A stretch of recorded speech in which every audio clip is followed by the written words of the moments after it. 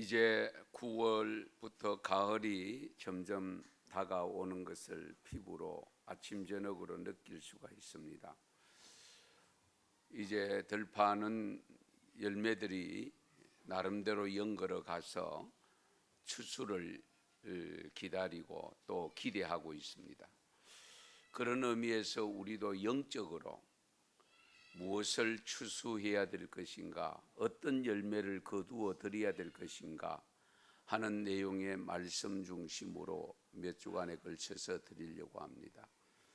그래서 오늘 주신 말씀의 제목은 예수님을 닮아야 할 주님의 모습인데, 그 중에 먼저 정직성에 대해서 오늘 말씀을 드리려고 합니다.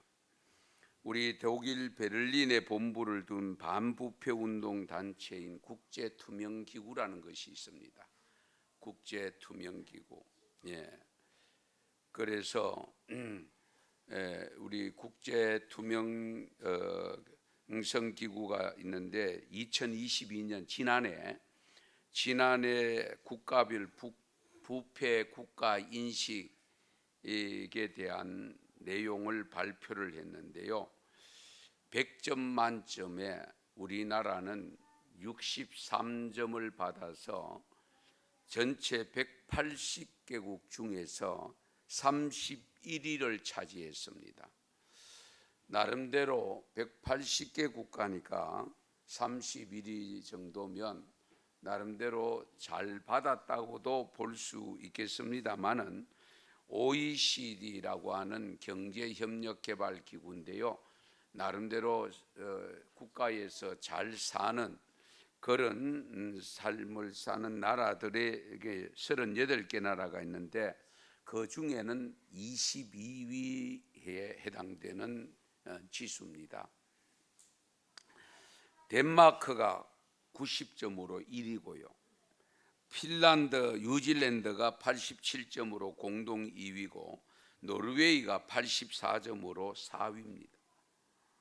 싱가포르, 스웨덴이 83점으로 공동 5위를 차지했는데 우리 아시아 태평양 국가 중에서는 우리보다 점수 나은 거죠. 홍콩이 76점 12위고 일본이 73점으로 18위고 타이완이 68점으로 25위.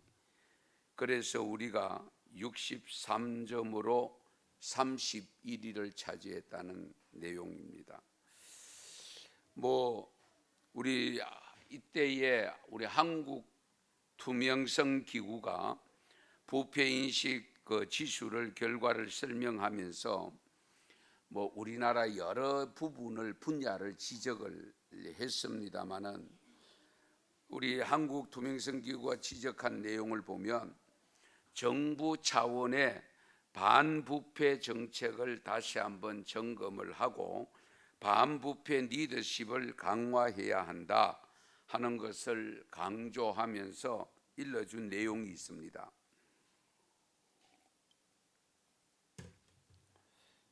여기에 이해충돌방지법과 청탁금지법의 엄격한 시행과 정착을 해야 된다. 기업의 준법 활동과 윤리 경영 활성화를 기해되고 공익신고자 보호 확대를 해야 되고 자율적 반부패 운동과 민관 협력을 통해서 반부패 문화를 확산시켜야 된다 하는 주장들을 하는데, 저는 이런 내용들을 보면서 우리나라가 몰라서 안 하는 것이 아닙니다. 몰라서 못하는 것도 아닙니다. 알면서도 잘 안 되는 것입니다. 우리가 그렇잖아요. 대부분 몰라서 못하는 것이 아니고 알면서도 쉽게 못 고치는 거죠. 세계 제12권의 경제 대국으로서 생활 수준이 굉장히 높이 올라간 것은 우리가 피부로 느끼고 있고 우리가 삶으로 느끼고 있습니다만은, 그럼에도 불구하고 이래서는 안 되는데 하는 생각들이 아마 다 있을 겁니다. 이래서는 안 되는데, 이것은 고쳐져야 되는데, 그런데 잘 고쳐지지 아니하고 고쳐야 된다고 생각하는 나부터 아직도 고쳐야 될 것을 많이 안고 있다는 사실. 우리 사회가 부패가 만연되어 있다, 뭐 이런 표현도 합니다마는 그런 표현은 듣고 싶지 않은 표현이고 해서는 안 되는 표현인데, 안 썩은 곳이 없다. 예를 들면, 안 썩은 곳이 없다. 우리가 뭐 여러 뉴스들을 접하면서 한동안에 박사 학위가 가짜다, 이제 이런 부분들이 나오고, 지금도 정치인 중에는 뭐 정말 많은 조사를 받으면서도 아직도 여전히 많은 사람들이 다 공감을 하는 거짓말이라고 하는 것을 하는데도 아직도 본인은 거짓말이 아니라고 주장하는 사람들도 있고 등등 안타까운 일들. 그런 세계가 심지어 목사에게까지도 정말 뭐 가짜 학위 이런 내용들이 심심찮게 거론되어지고 있는 부분들을 보면서 윤리와 도덕 문제에 이르기까지 정말 우리가 고쳐져야 될 내용들이 많이 있습니다만은, 이런 점들은 우리가 남의 것을 지적하는 것도 중요하지만은 나부터 되지 않으면 안 된다는 사실, 이 점도 우리가 함께 생각해야 될 부분이죠. 사실은 우리나라의 유명 인사들 여러분들이 뭐 나름대로 다 아십니다마는 여러 상황들을 보면서 우리가 여러분들 특별히 회사 생활, 이 사회 속에서 공직 사회든 뭐 회사 사회든 어쨌든 공동체 들어가서 살아보면 적당한 거짓말, 그것을 못하면 바보 취급받는 이런 것이 우리나라 구조의 모순을 안고 있는 것을 볼 수가 있습니다. 경험할 수가 있습니다. 정말 뭐 이런 내용들 다 말씀드릴 수는 없지만은 이것이 우리 역사적 기록 내용을 보면요, 우리 고대 역사부터 시작해서 조선 역사, 조선 시대까지도 이런 내용들을 얼마든지 볼 수가 있는 내용들이 있습니다. 하나 예를 들면 정조 아들 순조 때에 인왕산 옥류천에 가에 살던 천수경이라는 중인이었습니다. 신분이 중인. 그런데 중인이었지만은 유명한 학자로서 시인이었기 때문에 집 근처에 돌벽, 이제 석벽에 추사 김정희 선생이 쓴 예서체로 송석원이라는 호를 하나 지어 주었답니다. 송석원. 그런데 이를 본 중인 시인 수헌 김태욱이라는 분이 술에 취해서 칼로 자신의 팔을 그었대요. 이 팔을 잘라야 하리라. 이 글자를 쓸 사람이 없어 남의 손을 빌려 쓰게 한단 말이냐. 그리고 통곡을 했다는 이야기입니다. 무슨 이야기냐면, 여기 남의 손이라고 하는 것은 물론 양반이라는 뜻하는데 이런 학문적 자부심을 가진 인물들을 신분제로 가로막은 사회가 바로 우리 조선 사회였다는 사실입니다. 그러니까 신분에 따라서 분명히 탁월한 그 어떤 재능을 갖고 있음에도 불구하고 그 재능을 인정을 못 받는, 또 양반의 신분으로서 중인이 그렇게 탁월한 양반보다도 더 뛰어난 그런 실력을 갖추었으면 양반이지만은 정말로 거기에 아름다운 칭찬을 해줄 수 있는 이런 글을 써줄 수 있어야 되는데, 자기가 양반으로서 그 글을 써줄 수 없었던 것을 한탄하면서 후회하면서 자기 팔에다가 칼자국을 내었다는 그런 이야기입니다. 이런 측면에서 볼 때에 정말 우리 사회가 선진국이 되려고 하면요, 물질적 풍요, 경제적 풍요는 선진국에 이미 접어들었다는 것은 다 인정을 합니다만, 그러나 세상 사람들이, 세계 사람들이 우리나라를 선진국으로 인정하지 않는 이유 중에 원인이 뭐냐 했을 때에 정직성이 결여되어 있는 겁니다. 정직성이 결여되어 있는 거예요. 예. 그래서 정직한 삶을 위해서 운동을 펼쳐나가야 되는데, 그 운동이 어디에서 일어나야 되느냐 했을 때에 당연히 교회에서 일어나야 되고, 신자들을 통해서 일어나야 되고, 목사들을 통해서 일어나야 되는데, 그런 것이 못 되고 있는 것이 안타까운 점이고요, 정말 우리가 돌아봐야 될 내용입니다. 우리 신학 박사 중에도 가짜 박사 문제가 되기도 하고, 여러분은 몰라도 교수 채용에서 문제가 되는 경우도 있고, 또 큰 교회의 담임 목사 청빙에서 또 이 가짜 박사 문제가 대두되는 이런 경우들이 사회에서 일어나고 있는 일들이 교회 안에도 있다는 이 자체가 벌써 우리 정말 회개하지 않으면 안 되는 것이고, 우리가 추구해야 될 정직성을 잃어버린 안타까운 모습이다 라고 할 수가 있습니다. 오늘 본문 시편 말씀을 좀 잘 살펴볼 필요가 있는데요, 이 다윗의 시인데요, 여호와께서 만민에게 심판을 행하시오니 여호와여, 나의 의와 나의 성실함을 따라 나를 심판하소서. 나를 심판해달라고 했습니다.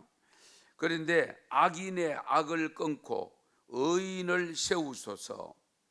의로우신 하나님이 사람의 마음과 양심을 감찰하시니이다. 나의 방패는 마음이 정직한 자를 구원하시는 하나님께 있도다. 나의 방패는 마음이 정직한 자를 구원하시는 하나님께 있도다. 정직한 자를 구원하시는 하나님, 그 하나님을 믿는 그 하나님이 나의 방패다.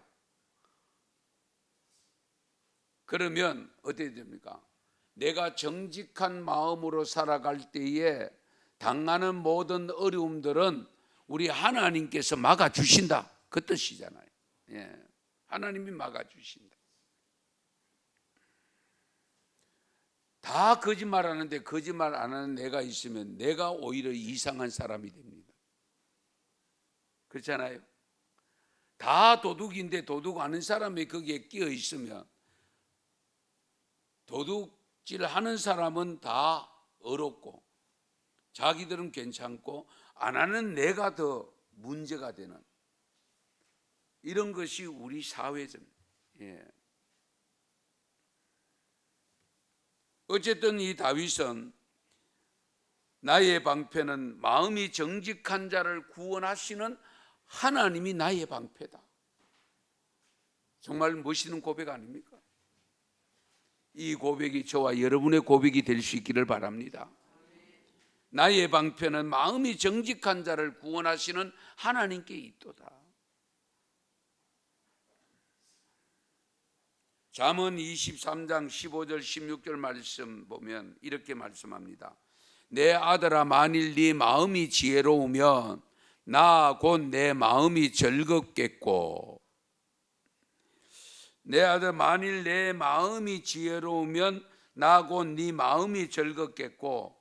그리고 16절에 보면 만일 내 입술이 정직을 말하면 내 속이 유쾌하리라. 네 입술이 정직을 말하면 내 속이 유쾌하겠다, 즐겁겠다.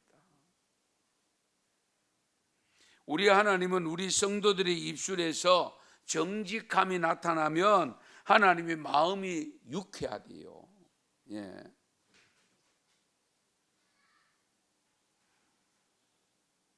우리 사회에 영향력을 끼칠 수 있는 충분한 수를 자랑하는 기독교, 우리가 늘 숫자를 가지고 이야기하지 않습니까? 1000만 성도, 800만 성도, 뭐 정확하게 그 신자 수는 우리가 알 수가 없습니다. 그것은 하나님만 아실 일이고요.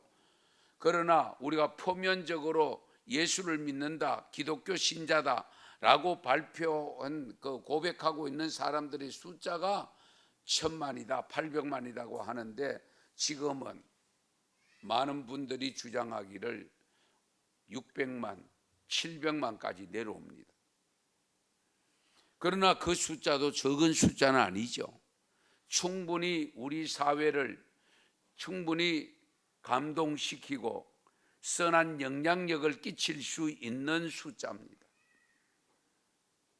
그러니까 하나님을 경외하는 우리 성도들만이라도 정직한 삶을 살면 이 세상을 보다 밝은 세상으로, 아름다운 세상으로, 정말로 유쾌한 세상으로 만들 수 있는 신자의 수입니다. 그 속에 저와 여러분도 그 숫자에 포함되어 있습니다. 우리 하나님은 누누이 정직하지 않음을 얼마나 싫어하는가를 가르쳐 주시고 있는데요. 여러분 뭐 많이 들었습니다마는 구약 성경의 인물과 신약 성경의 인물이 있습니다. 여러분 구약 성경에서 정직하지 못해서 낭패를 당했던 사건 하나 기억하시죠? 그 사건이 아이성 전투 실패입니다. 거기에 주인공이 역할을 한 사람이 아간이라는 사람입니다.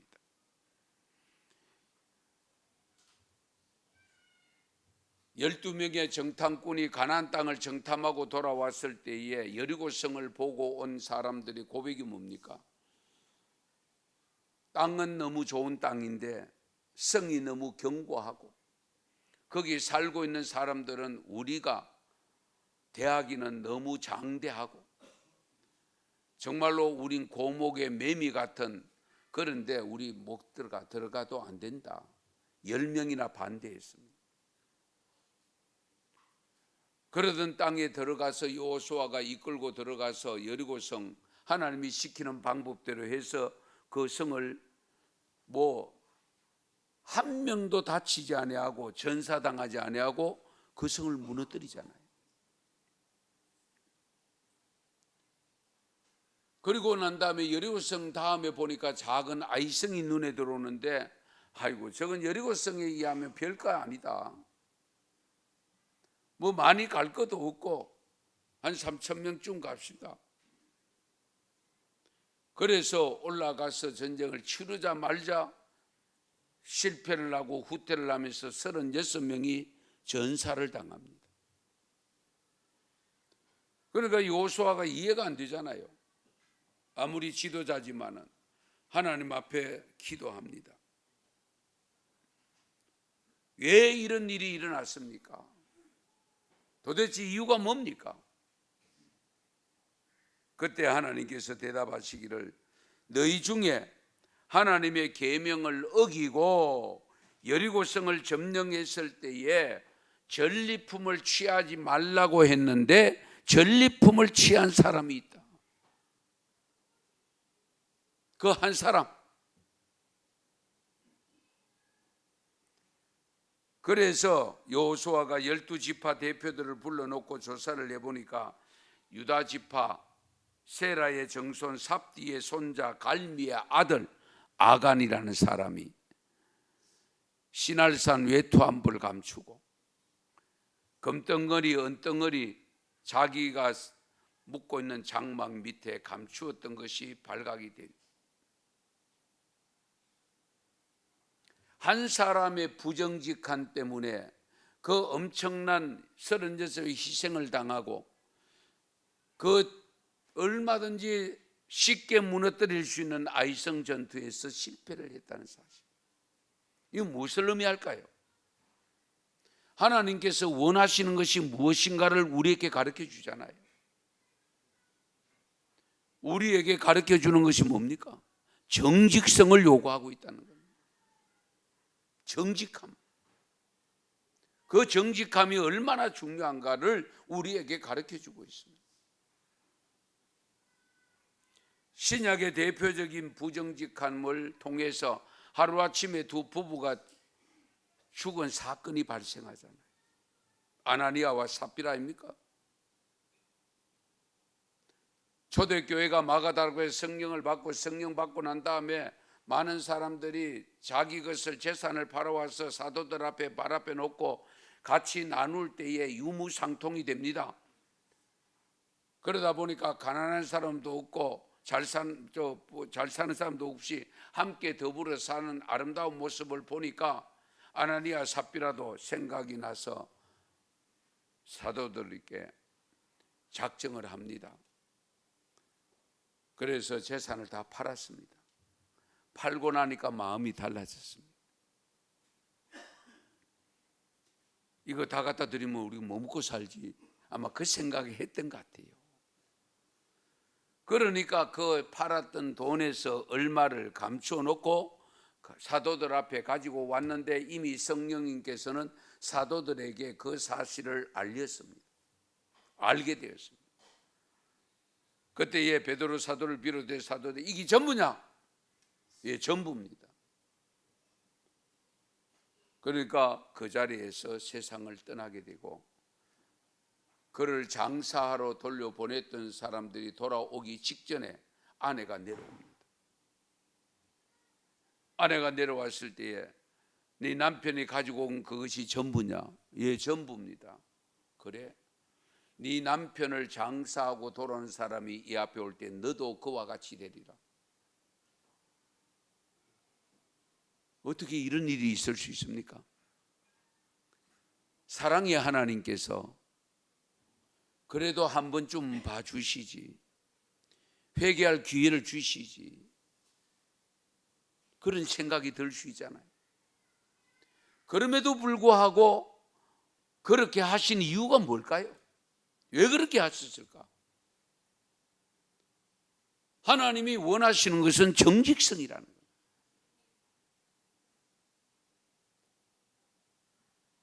우리가 사람과 더불어 살아갈 때든지 마찬가지입니다만은 하나님 앞에 드리는 헌금이든지 하나님 앞에 작정한 것, 그래서 함부로 작정하면 안 된다는 거예요. 함부로 함부로 서원하면 안 된다. 서원했으면 해로울지라도 지키라고 했습니다. 왜? 하나님이 원하시는 것은 우리의 정직함을 원하십니다.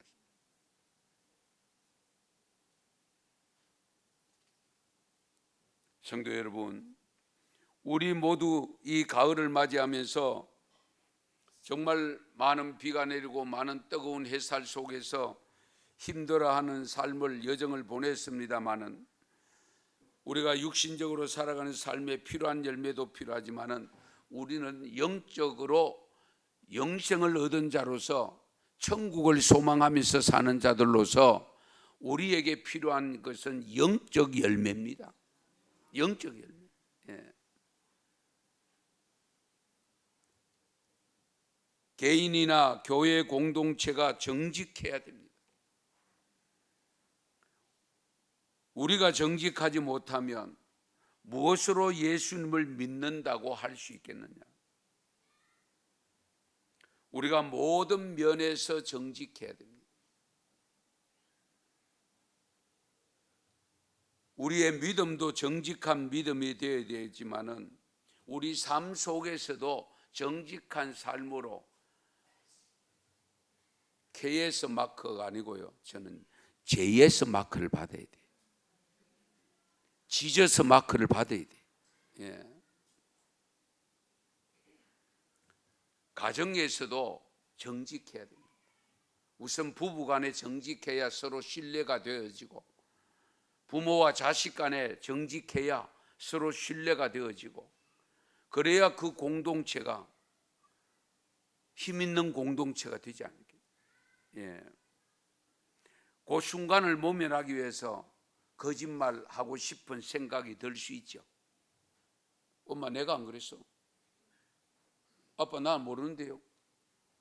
그렇게 슬쩍 지나갈 수 있습니다. 매를 한 대 맞더라도, 꾸중을 듣더라도 정직하게 해야 돼. 예.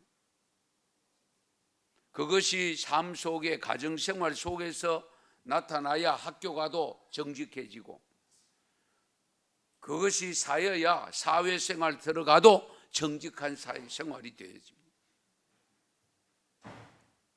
교회 생활은 말할 거 없죠. 정직해야지. 성도 간에도 정직해야 됩니다. 하나님과 나 사이에는 그거는 뭐 기본적으로 말할 것도 없지만은 우리가 성도 간에도 정직한 삶을 살아야 됩니다. 거짓이 없어야 돼요. 진솔해야 돼요. 직장과 학교 등에 가서는 우리가 빛과 소금의 사명을 감당해야 되잖아요. 그러기 위해서는 더욱 정직해야 돼요. 어느 유명한 호텔에서 사원을 모집했는데 응시자 가운데 10명이 마지막 남았대요. 그 중에 한 명이 최종 면접을 보게 되었답니다. 이제 갓 대학을 졸업한 젊은이가 사장 비서의 안내를 받아서 사장에게 면담을 하러 들어갑니다. 시험장에 딱 들어가는데 사장이 달려오더만은 웃으면서 이 수험생을 끌어안으면서 뭐라고 이야기하는 거 하니까, 드디어 찾았다.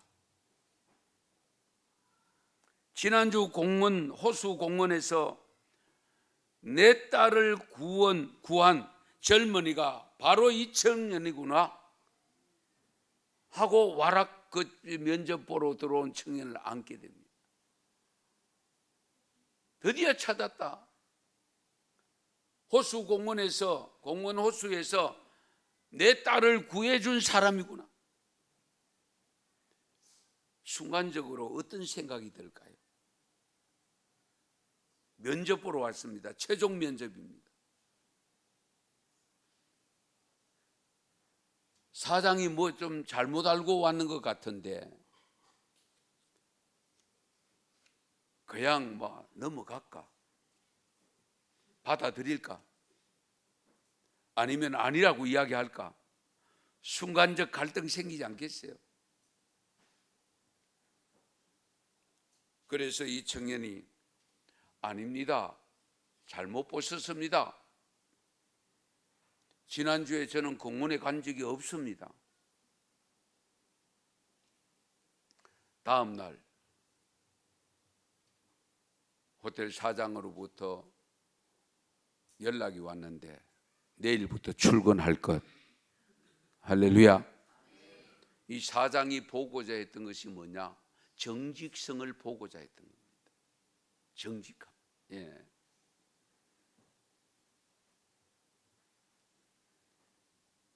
우리가 이웃과의 관계에서도 정직해야 됩니다.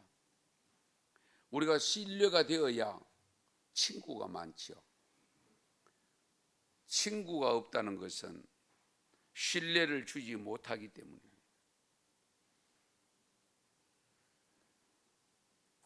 국가의 관계 속에도 정직해야 되잖아요. 정직성을 잃어버리면 도울 국가가 없습니다. 도울 사람이 없습니다.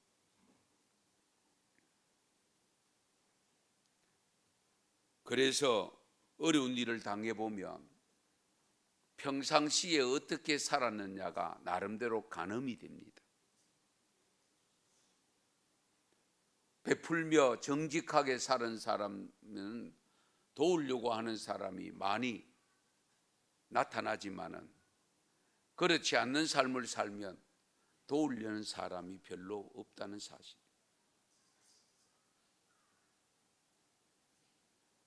특히 우리가 하나님을 경외하는 성도들은 하나님께 정직해야죠. 우선은 하나님께 정직해야 돼요. 예. 예배 드릴 때도 정직하게 드리셔야 됩니다. 정직한 마음. 예. 정말 솔선하는 마음이 필요합니다. 그 정직성은 누가 잘 아느냐? 하나님과 자신이 잘 압니다. 다른 사람 모릅니다. 예. 내 마음이 지금 진정한 하나님이 받으실 만한 정직한 예배자로서 있는가? 준비된 마음으로 서 있는가? 진정 예배자로 준비가 되어 있는가? 이런 것은 본인만 알지 다른 사람 잘 몰라요. 쉽지 않습니다. 우리가 비장한 각오를 하지 않으면 정직하기 어렵습니다. 요즘 우리나라가 점점 복지 정책으로 이어지고 있고 나름대로 복지가 정말 잘 되고 있다는 것을 우리가 실제적으로 삶을 통해서 느끼고 있잖아요. 그러다 보니까 자연적으로 죄송하지만 혜택 받으려고 부정직한 모습이 많이 가미되는 경우들을 보게 됩니다. 그런 거 없습니까? 버젓이 좋은 차 타고 다니는데 정부로부터 혜택 받는 이런 경우들이 생깁니다. 하여튼 수단과 방법을 가리지 아니하고 부정직한 모습으로 해서 혜택 받으면 오히려 칭찬 듣고 잘한다 소리 듣고 지혜 있다는 소리 듣고 멍청하게 있으면 바보 소리 듣고 그것이 우리 사회 아닙니까?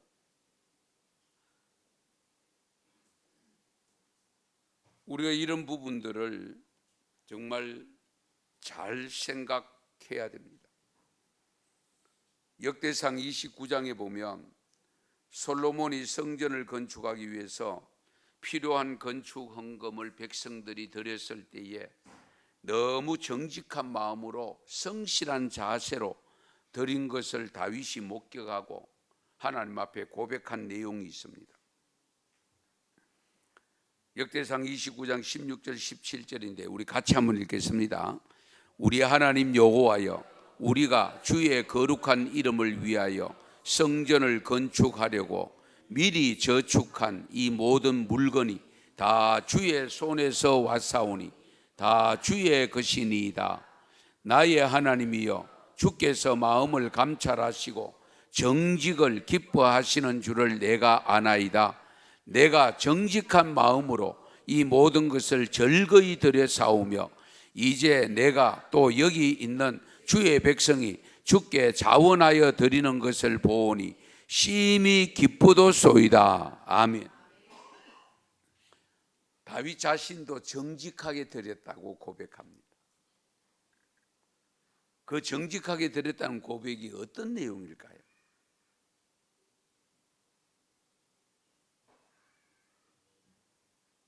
왕으로서 자기가 가지고 있는 여러 가지 재력들, 은금보화들 창고에 저장해 놓은 거 있습니다. 물론 본인이 하나님 앞에 어느 정도를 드리겠다고 서원해서 그 서원한 것을 다 드렸다고 해서 정직함인지 아니면 정말 누구보다도 자기가 왕으로서 가지고 있는 거기에 걸맞게 충분하게 누가 보더라도 저 정도를 하나님 앞에 드렸으면 나름대로 정직하게 드렸다고 판단을 한 것인지는 모르지만 어쨌든 다윗이 하나님 앞에 고백할 때에 정직하게 드렸다는 고백을 할 정도면 우리가 이 모습은 본받아야 되지 않겠어요? 그래서 흉내내는 차원이 아니고 남들이 하니까 흉내내는 차원이 아니고 남이 안 하니까, 남이 못 하니까 뭐 나는 요 정도만 내도 드려도 되겠다는 그런 차원이 아니라, 네. 다른 분들의 상관없이 내가 할 수 있는 형편에서 최선을 다했다. 저는 그렇게 봅니다. 그것이 정직하게 드렸다고 고백했다. 예. 그리고 성도들도, 백성들도 그 가지고 온 것을 성실하게 드렸다. 그렇게 표현합니다.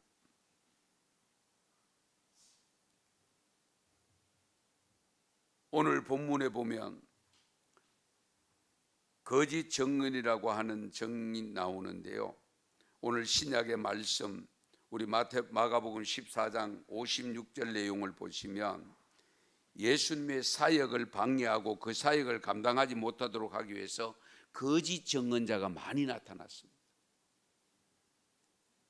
그래서 58절에 보면 우리가 그의 말을 들으니 손으로 지은 이 성전을 내가 헐고 손으로 짓지 아니한 다른 성전을 사흘 동안에 지으리라 하더라 하되, 그러니까 지금 우리는 지금 믿음을 가졌기 때문에 이 말씀이 어떤 말씀인지를 알잖아요.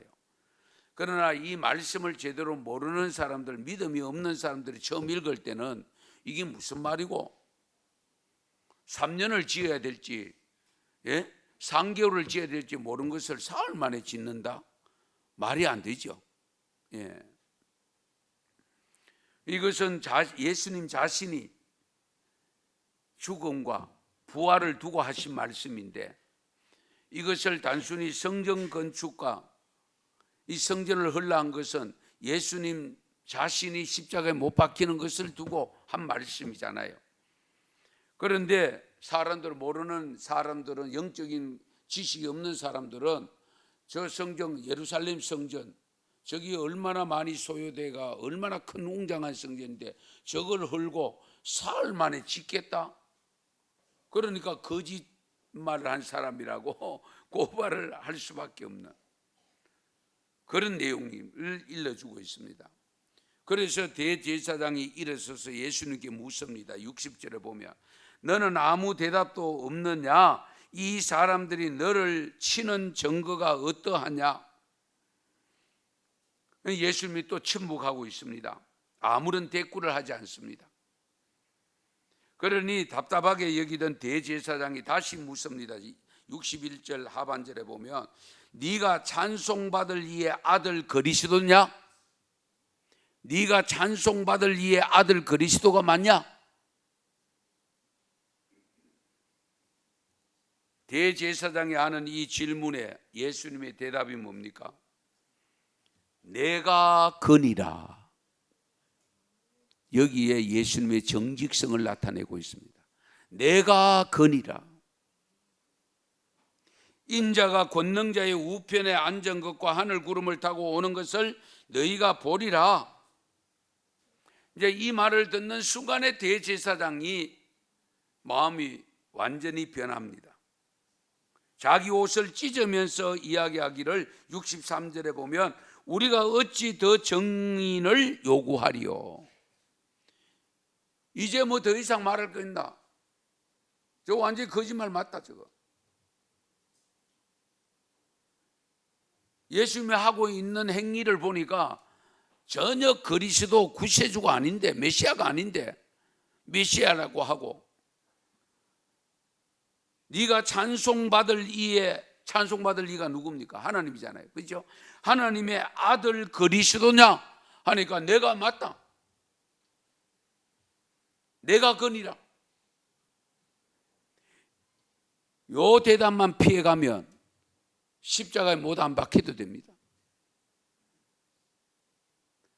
그런데 예수님께서 내가 그니라 하는 이 정직한 이 고백 한마디에 의해서 십자가에 달립니다.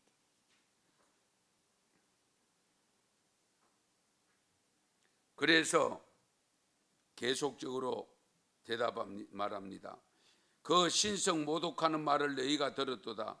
너희는 어떻게 생각하느냐 하니까 그들이 다 예수를 사형에 해당한 자로 정죄하고 어떤 사람은 그에게 침을 뱉으며 그의 얼굴을 가리고 주먹으로 치며 이르되 선지자 노릇을 하라 하고 하인들은 손바닥으로 치더라. 여러분, 우리가 위기를 당하면 모면하고 싶은 마음이 일어납니다. 그렇지 않아요? 요 순간만은 피하고 싶은 생각이 듭니다. 그럴 때에 슬쩍 거짓말하고 싶은 충동을 받습니다. 유혹을 받습니다. 그렇지 않습니까? 우선은 요것만 넘기고 보자 하는 생각이 들 수 있잖아요. 그런데 예수님은 그 순간을 오히려 놓치지 아니하고 자기가 십자가에 못 박히는 그 순간을 당기는 진실을 이야기합니다. 네가 말하는 그가 바로 내다. 찬양받으실 하나님의 아들 그리스도냐? 그래, 내다. 내가 맞다. 그래서 십자가에 달려 죽으셨고, 그 십자가에 달려 죽으신 그거의 공로로 저와 여러분이 구원을 받아 하나님의 백성이 되었고, 할렐루야, 하나님의 자녀가 되었잖아요. 만약에 예수님이 그 순간을 모면하기 위해서 진실을 이야기하지 아니하고 얼렁뚱땅 이렇게 슬그머니 한번 거짓말하고 넘어갔더라면 저와 여러분이 구원받을 일이 없습니다. 길이 없습니다.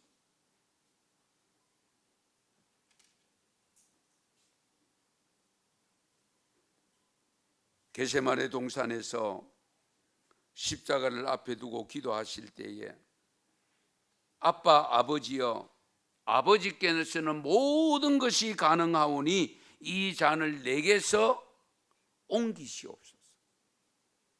그러나 나의 원대로 마옵시고, 어떻게 해요? 아버지의 원대로 하옵소서. 이 기도 내용을 보면 우리의 마음이 있잖아요. 할 수만 있으면 이 잔을 지나가게 하옵소서. 그러나 나의 원대로 마옵소서. 그건 무슨 말씀입니까?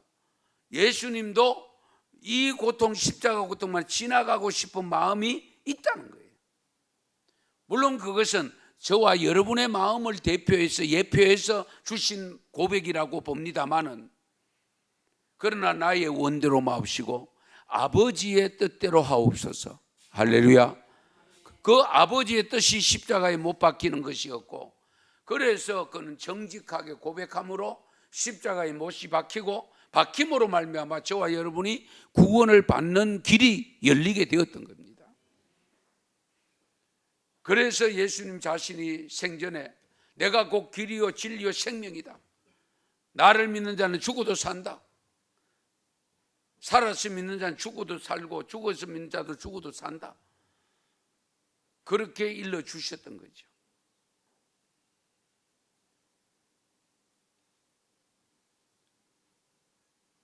그래서 우리 하나님께서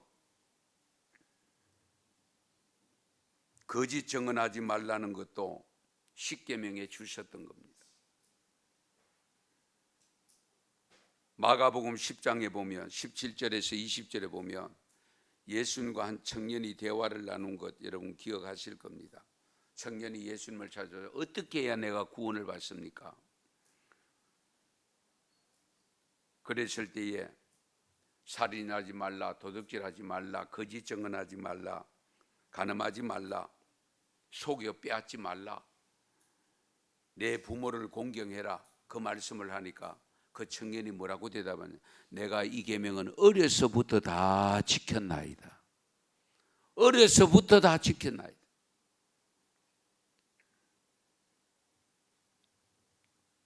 저는 이 말을, 이 청년의 고백을 잘 들어야 됩니다.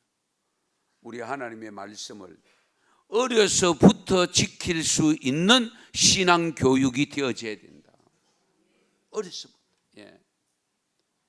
그 계명을 어려서부터 다 지켜도 마지막 한 가지 부족한 것이 나왔잖아요. 네 많은 재산을 팔아서 가난한 사람한테 나누어 주고 나를 따르라. 그러니까 재산이 많은 고로 근심하며 돌아갑니다. 정말 쉽지 않습니다. 안창호 선생이 남긴 말, 농담이라도 거짓을 말하라. 꿈에서라도 성실을 잃었거든 통회하라. 간디 선생도 거짓말은 나라의 이익이 된다 해도 행하지 말라. 거짓은 버릇이 되기 쉽고 악용되기가 쉽다. 그래서 탈무드에서는 이렇게 말합니다. 거짓말 장이에게 주어지는 가장 큰 벌은 참말을 해도 믿어주지 않는 것이다. 그것이 늑대 소년에서 보여주잖아요. 저와 여러분, 이런 계명들을 어렸을 때부터 지켰는지요? 어렸을 때부터 정직성을 가르쳐야 됩니다. 야는 거짓말 할 줄 모른다. 바보 취급하면 안 됩니다. 정말 그런 아이들, 그런 자녀들에게 칭찬을 해주고 정직하게 살도록 해야지. 신명기 6장 18절 19절 말씀에 이런 말씀이 있습니다. 여호와께서 보시기에 정직하고 선량한 일을 행하라. 그리하면 네가 복을 받고 그 땅에 들어가서 여호와께서 모든 대적을 네 앞에서 쫓아내시겠다고 내 조상들에게 맹세하신 아름다운 땅을 차지하리니 여호와의 말씀과 같으니라. 아멘. 정직한 자가 복을 받고 가나안 땅에서 땅을 차지한다고 했습니다. 정직하게 살면 손해볼 것 같고 잘 못 살 것 같고 부자가 안 될 것 같은데, 그러나 정직하게 살면 하나님이 복을 주신대요. 하나님이 주신다고 약속해요. 시편 140편 13절에 보면 진실로 의인들이 주의 이름에 감사하며 정직한 자들이 주의 앞에서 살리이다. 할렐루야. 정직한 자들이 주님 앞에서 산다고 있습니다. 우리 예수님 정직하셨습니다. 그 정직성 때문에 우리가 구원을 받았습니다. 죄사함을 받았습니다. 그러면 우리도 주님의 정직성을 본받아 정직한 삶을 살아 많은 사람들의 생명을 살리고 세워주고 하나님이 주시는 복을 받아 누리는 우리 언성교회가 될 수 있기를 축원합니다. 축복합니다. 기도드리겠습니다.